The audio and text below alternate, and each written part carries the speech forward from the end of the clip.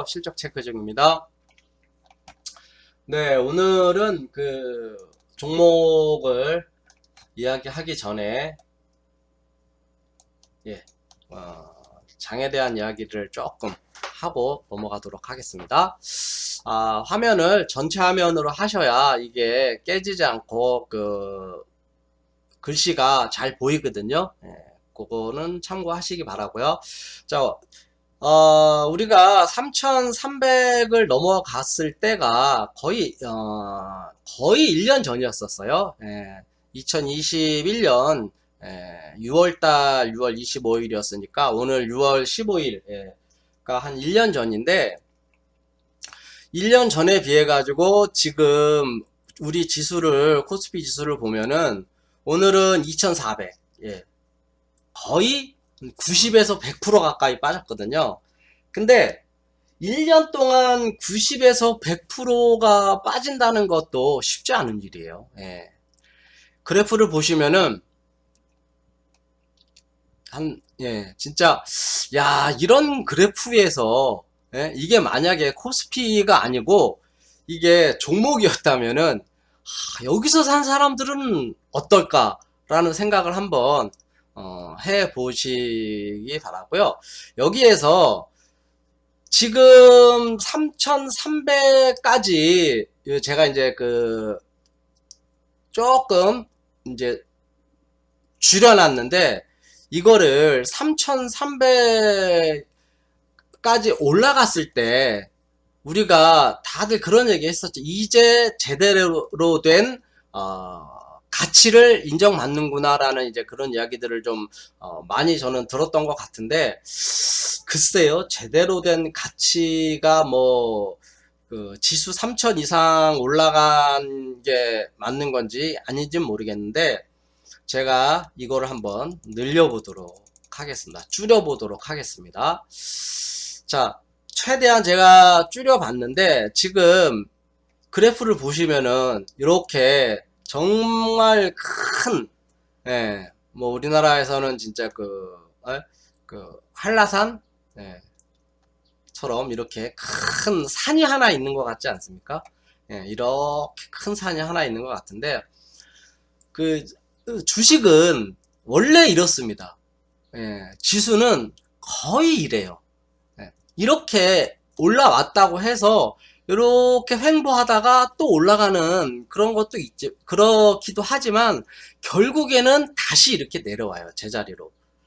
근데 지금 요 정도가 거의 바닥이라고 생각을 할 수도 있는데, 지금 여기 보시면은 2030, 2000대 초반이거든요. 2000대 초반에서 올라오기 시작을 했는데,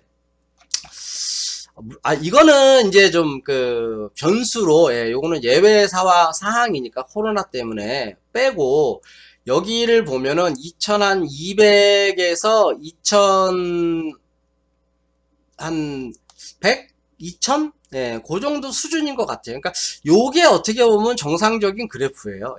그 다음에 여기서부터 이제 시작하는 거는 별 의미가 없고, 그래프를 본다면 이제 요렇게 봐야 되는 거죠. 요렇게. 제대로 된 주가 그래프를 본다는 거는 요렇게 봐야죠. 이게 조금, 요렇게 봐야지 맞는 게 아닐까.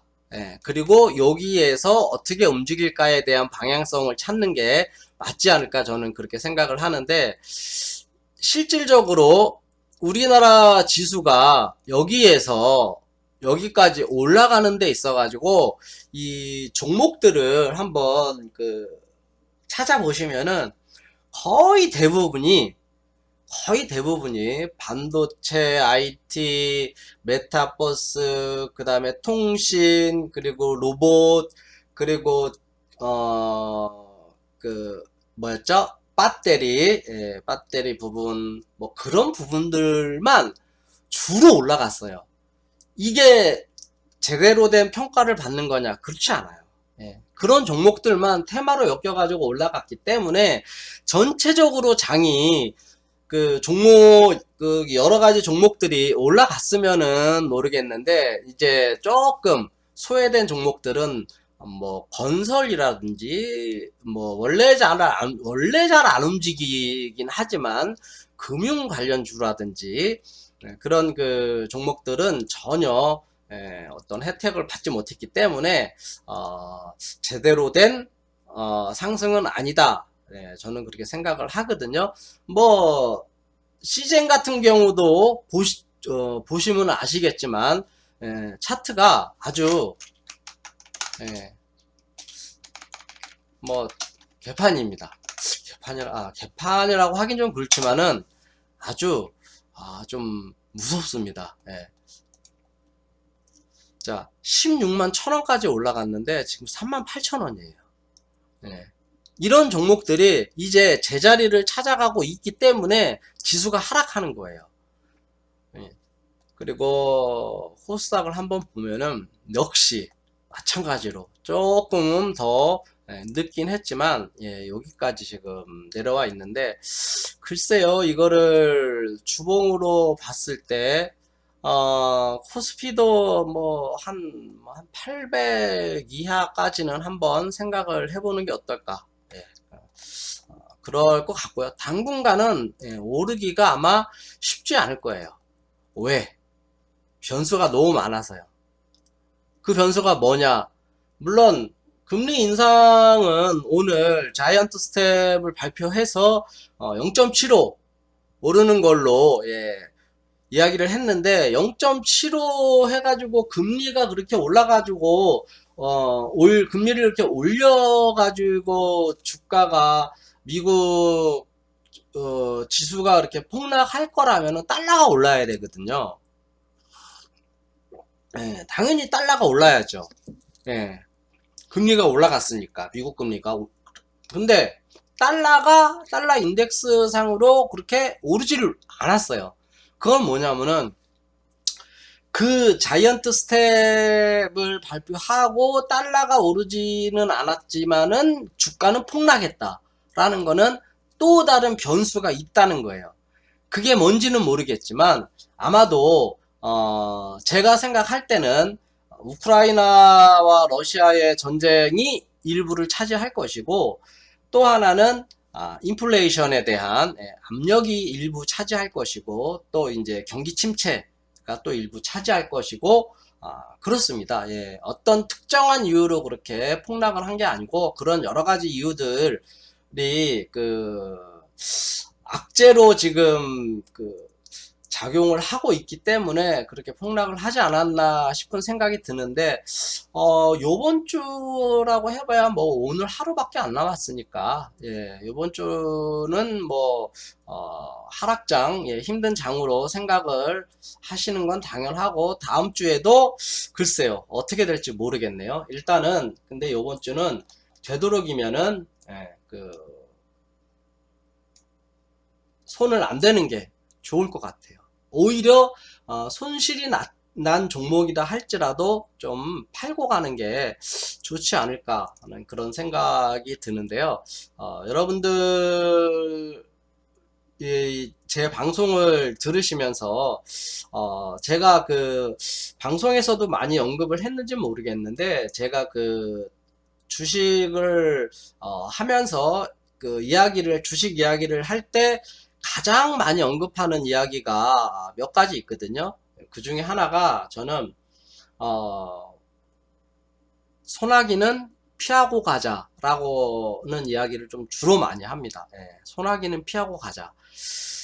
말 그대로 이런 폭락이 있을 때는 다시 올라갈 신호가 나올 때까지 되도록이면은 기다렸다가 매수를 하자라는 그런 이야기고요.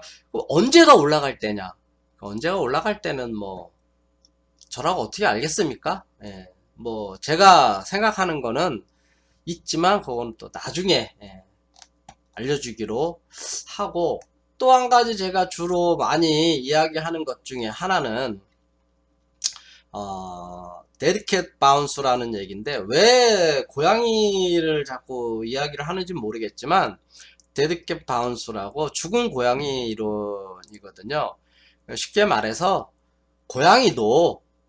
죽은 고양이도 높은 곳에서 떨어지면 조금은 튀어오른다. 예, 그거를 얘기하는 건데, 다 결과적으로 보면은 요런 것들이 다 그 데드캣 바운스라고 생각을 하시면은 될 것 같아요. 예, 여기 하락장에서 보시면은 요런 거죠. 여기에서 떨어졌다가 낙폭이 이 정도 심하면은 한 번 정도 튀어 오를 때 여기서 사면은 괜찮지 않을까 라고 생각을 하고 여기서 매수를 하는데, 요런 게 바로 데드캣 바운스입니다. 높은 곳에서 떨어지면 조금은 튀어 오른다. 다시 또 높은 곳에서 떨어지면 조금은 튀어 오른다. 높은 곳에서 떨어지면 조금은 튀어 오른다. 요게 바로 데드캣 바운스라고 생각을 하시면 요런 것들이 될 것 같아요. 근데 그거를 어떻게 캐치를 하냐, 그거에 대한 이야기는 제가 앞으로 시간이 되면은, 오늘은 좀 시간이 많이 흘러 가지고 디테일하게 이야기하게 되면은 시간이 종목 이야기도 하고 해야 되니까 너무 좀 촉박할 것 같아요. 그러니까 그 이야기는 제가 다음에 제 방송을 계속 들으시는 분들은 아실 수 있을 거예요. 일단 그래서 종목 이야기를 이제 조금 해보려고 합니다. 오늘 말씀을 드려볼 종목은, 제가 사실 며칠 전에 그 방송을 했는데, 그 편집이라든지 여러 가지 문제가 있어가지고 방송해놓고 못 올렸어요. 우진입니다. 우진. 아마 많이 들어보셨을 거예요. 제가 생각할 때 이 우진이라는 기업을 요 근래에 한 번도 안 듣고 혹은 모르고 주식을 하시는 분들은 없지 않을까 뭐 생각을 해요. 우진과 두산 에너빌리티 같은 그런 종목들. 그러면은 요 종목에 대해서 간단하게 한번 알아보도록 하겠습니다. 빨리 짧게 가겠습니다. 시가총액 2317억이에요. 2317억, 코스피에서 556위. 그냥 좀, 작은 업체죠. 뭐, 중소기업이라고 생각을 하시면 될 것 같은데, 이 회사의 PER이 지금 19배, 뭐 한 15, 6배, 19배에서 한 5배 정도, 그 정도 되지 않을까 생각을 합니다. 한 17배에서 한 5배, 그 정도 사이가 될 것 같고요. PBR이 1.59배예요. PBR이 BPS보다 조금 더 높아요. 그렇다는 거는 시가총액 대비해서 한 주당 가격에 비해서 시가총액이 조금 더 높다는 얘기죠. 자, 기업 실적표를 보면은요, 기업 실적 분석이 2019년에 적자, 2020년에 조금 수익이 났고요. 작년에 적자, 올해는 또 수익이 좀 나지 않을까. 1분기에는 지금 31억 정도의 당기 순이익이 있는데, 이 6월 달에는 예상을 어떻게 하고 있는지 아직 나와 있는 게 많지 않기 때문에 잘 모르겠지만, 어쨌든 그래도 올해는 흑자로 가지 않을까 그렇게 생각을 하고요. 영업이익률이 지금 2.21에서 1.64 정도 나왔었는데, 재작년에 이때는 사실상 이 종목을 건드릴 필요가 없어요. 이건 건드리는 종목이 아니에요. 이렇게 영업이익이 나왔다면은 보시면은 7.78 정도. 이것도 사실은 그렇게 큰 영업이익률은 아니에요. 이거보다 좀 더 나와줬어야 되는데, ROE가 벌써 여기가 25% 정도 나왔는데, 마이너스 작년 같은 경우는 5.40. 근데 이 지금 기업 실적표를 보면은 뭔가 좀 이상해요. 금액이 좀 뭔가 좀 안 맞는 그런 게 있죠. 여기 뭐 892억에 매출해서 뭐 영업이익이 15억이었는데 당기순이익이 300억이 넘고 이런 거는 다른 어떤 그 수입이 있었다거나 뭐 여러 가지 다른 그 문제들이 문제라기보다도 그냥 다른 일이 뭔가가 있었겠구나 이렇게 생각을 하시면은 될 것 같습니다. 부채 비율이 50% 정도 미만이거든요. 뭐 이 정도면은 괜찮지 않은가 생각을 합니다. 그리고 이제 EPS라든지 이런 것들은 지금에 있어서는 크게 의미는 없는 것 같아요. 왜냐면 이전에 뭐 적자도 나고 뭔 일이 있었는지 막, 그 순이익률이라든지 막 ROE라든지 이런 것들이 막, 이상하게 막, 움직였던 거 보면은 큰 의미는 없을 것 같아요. 근데 유보율이 그래도 뭐 한 1000% 가까이 되네요. 요거는 그래도 나쁘지 않은 것 같고요. 또 하나는 배당이 100원씩 그래도 꾸준히 주고 왔었다는 거. 올해는 뭐 글쎄요 얼마를 줄지 모르겠지만 최하 100원 이상은 주지 않을까 그렇게 생각을 하고요. 일단은 기업 실적 분석을 봤으면은 일단은 종목 분석을 또 한번 보도록 하겠습니다. 이재원 외 11인이 그 최대 지주인데 31%를 가지고 있어요. 보유 지분이. 근데 요 정도 되시는 분, 요렇게 세 개는 형제분인 것 같아요. 제자 돌림이신 거 보니까. 그래도 거의 뭐 한 30% 이상은 그래도, 대주주가 가지고 있으니까 뭐 크게, 문제되지 않을까. 문제될 일은 없다라고 생각을 하는데, 요럴 때참 그 자사주를 좀 매입을 하거나 아니면 최대 주주들의 어떤 그 주식 매입이 있으면은 참 좋을 것 같은데 그런 거는 아직 없는 것 같아요. 잘 모르겠어요.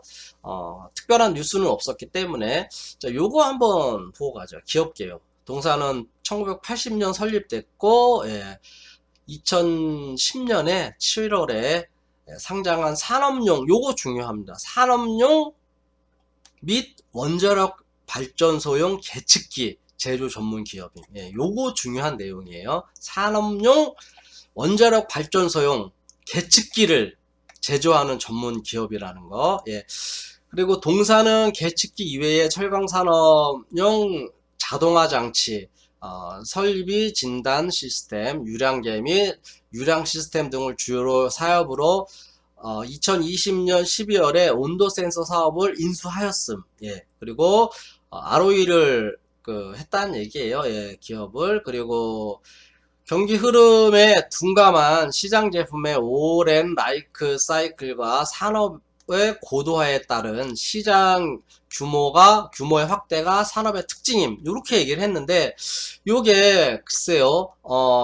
경기 흐름에 둔감한 시장의 오랜 라이프 사이클과 산업의 고도화에 따른 시장 규모의 확대가 산업의 특징이라고 얘기를 했는데 여기에서 한 가지 이야기를 드리자면은 제가 아까 중요하다고 말씀드렸던 게 이 원자력 발전소용 계측기 전문 기업이라고 했잖아요. 이 원자력 발전소를 우리 이전 대통령 분 같은 경우는 글쎄요 왜 그런 그 정책을 생각을 하셨는지 모르겠는데 힘들었죠. 그래서 요번에는 그래도 이제 원자력을 우리는 사용을 할 수밖에 없다라는 거를 아주 뼈저리게 느꼈습니다. 뭐를 보고 느꼈냐? 한전 주가를 보면은 알 수 있죠. 한전을 보면은 알 수 있고 또 하나 그동안에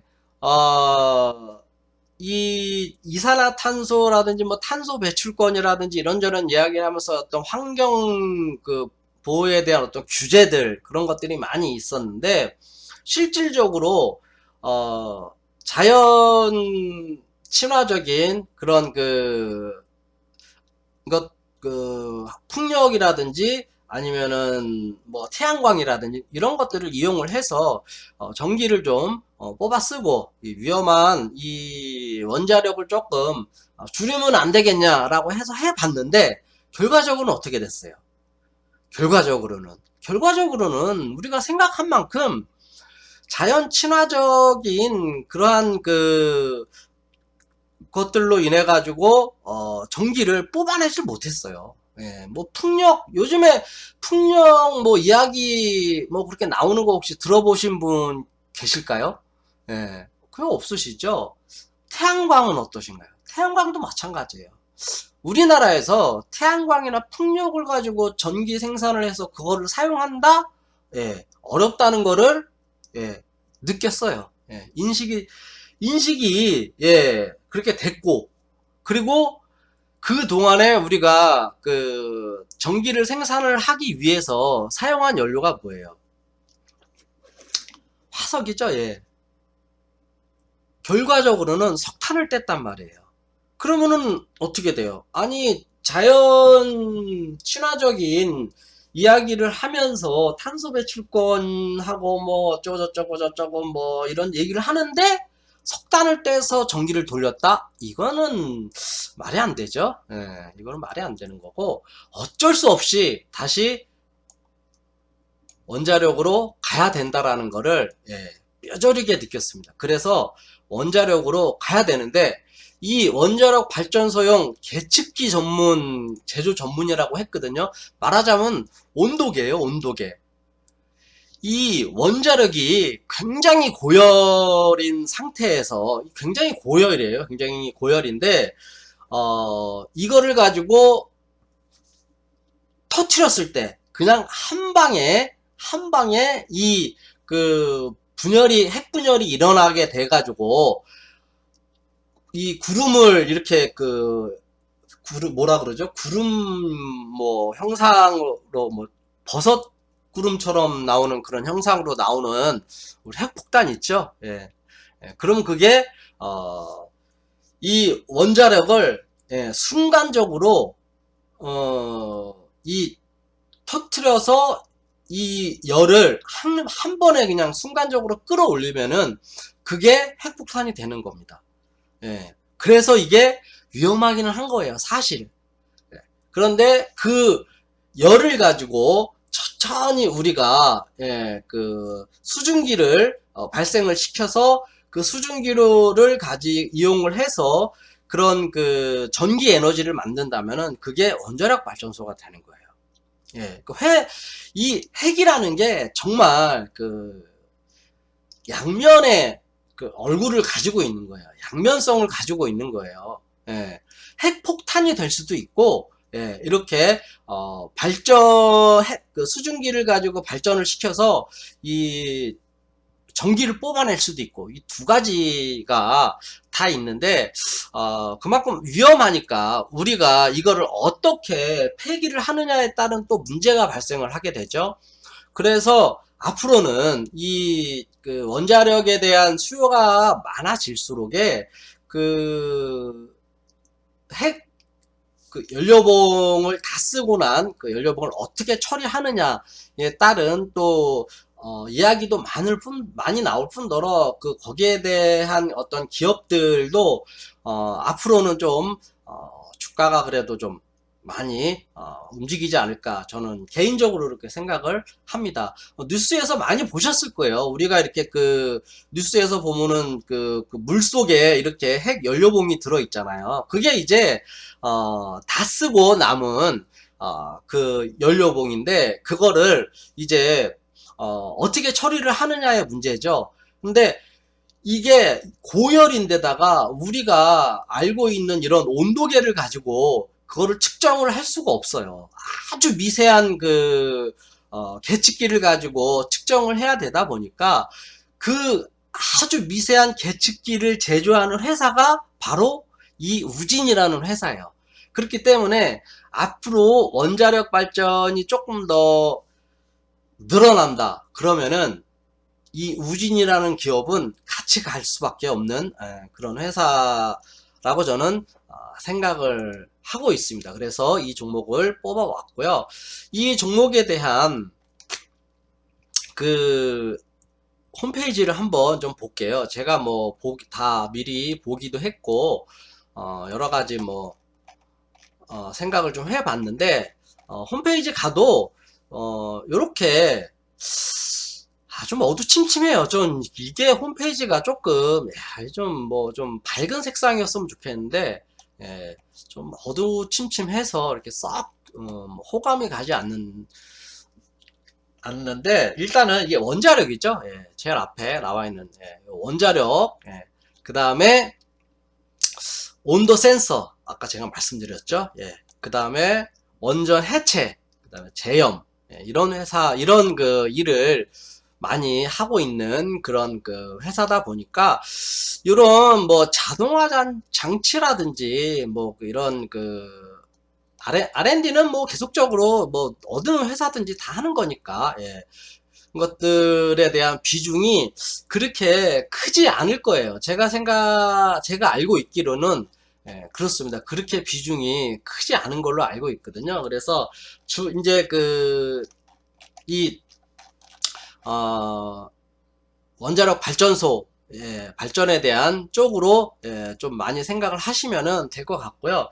제가 사실은, 뭐 정말 유일하게 통화를 못 해본, 주식 담당자하고 통화를 해보지 못한 그런 종목이라서 주식 담당자의 이야기를 들려드리진 못하겠지만, 제 개인적인 생각으로는 그렇다는 것만 알고 계시면은 될 것 같아요.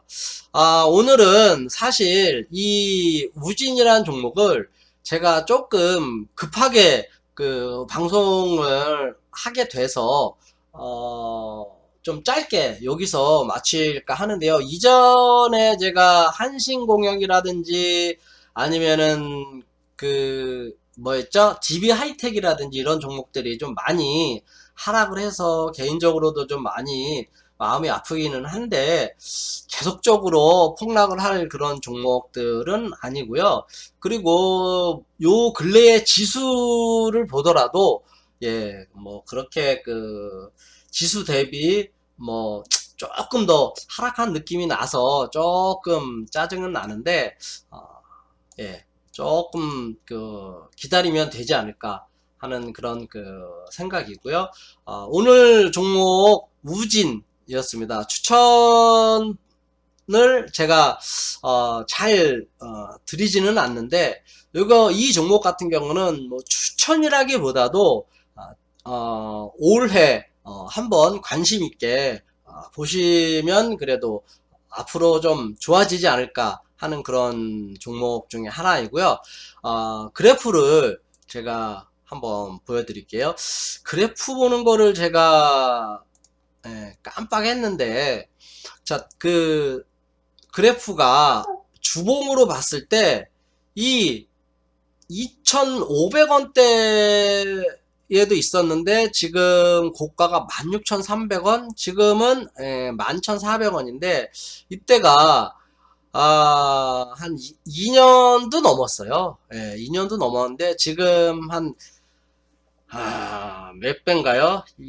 한 5배 좀 더 올랐나요? 그렇기 때문에, 여기에서 생각을 한다면은 크게 못 갈 수도 있어요. 뭐 5배 이상 뭐 이렇게 가고 그런 정도는 아니지만은, 그래도, 다른 종목들에 비해서는, 요 종목이 그래도 한번 움직이면은, 뭐 한 50%에서 한 80% 정도 되지 않을까요? 네, 저는 그렇게 생각을 하고 있고요. 그리고 이 종목에 대한 공매도가 보니까 뭐 별로 없네요. 여기 한 번 있었는데, 거래량이 여기 한 번씩 이렇게 터져주고 있죠. 누군가가 지금 매집을 하고 있다는 거예요. 누군가가 계속 매집을 하고 있다는 거고, 지금 뭐 대차장고 같은 경우도 뭐 한 10만 주, 뭐 별 의미가 없는 그런 수량이고, 이 어, 아, 외국인 기관의 순매수를 보면은 아직은 그렇게 외국인과 기관이 그렇게 매수를 해주고 있는 그런 상황은 아니니까 예, 바로 뭐 이렇게 그 상승할 만한 그런 종목은 아닙니다. 그러니까 참고하시고요. 아까 제가 요거 하나를 빼먹었는데 상장 주식 수가 2천만 주네요. 상장 주식 수가 2천만 주면은 30% 넘게 그 대주주가 가지고 있으니까 한 1,400, 1,300만 주 정도 유통이 되고 있고, 뭐 이것저것 사게 되면 한 1,000만 주 정도 선에서 유통이 되고 있지 않을까 생각을 하고 있습니다. 그 정도만 생각을 하시면은 뭐 차트 같은 경우도 요 정도면은 그렇게 나쁘지 않다라고 생각을 하시고 보시면 될 것 같아요. 일봉상으로는 제가 생각할 때는 딱 좋은 자리에 오지 않았나 하는 생각을 하는데, 주봉으로 보니까 조금은 더 그 하락할 수도 있는데 그 폭이 별로 그렇게 크지 않아요. 한 5% 내외일 것 같아요. 이런 그 대외적인 어떤 그런 큰 변수가 생기지만 않는다면은 한 5% 내외에서 뭐 조금 더 하락할 수는 있지만 상승할 수 있는 그 위치에 그래도 거의 다 와 있지 않나 하는 생각을 하거든요. 우진 한번 지켜봐 주시고요.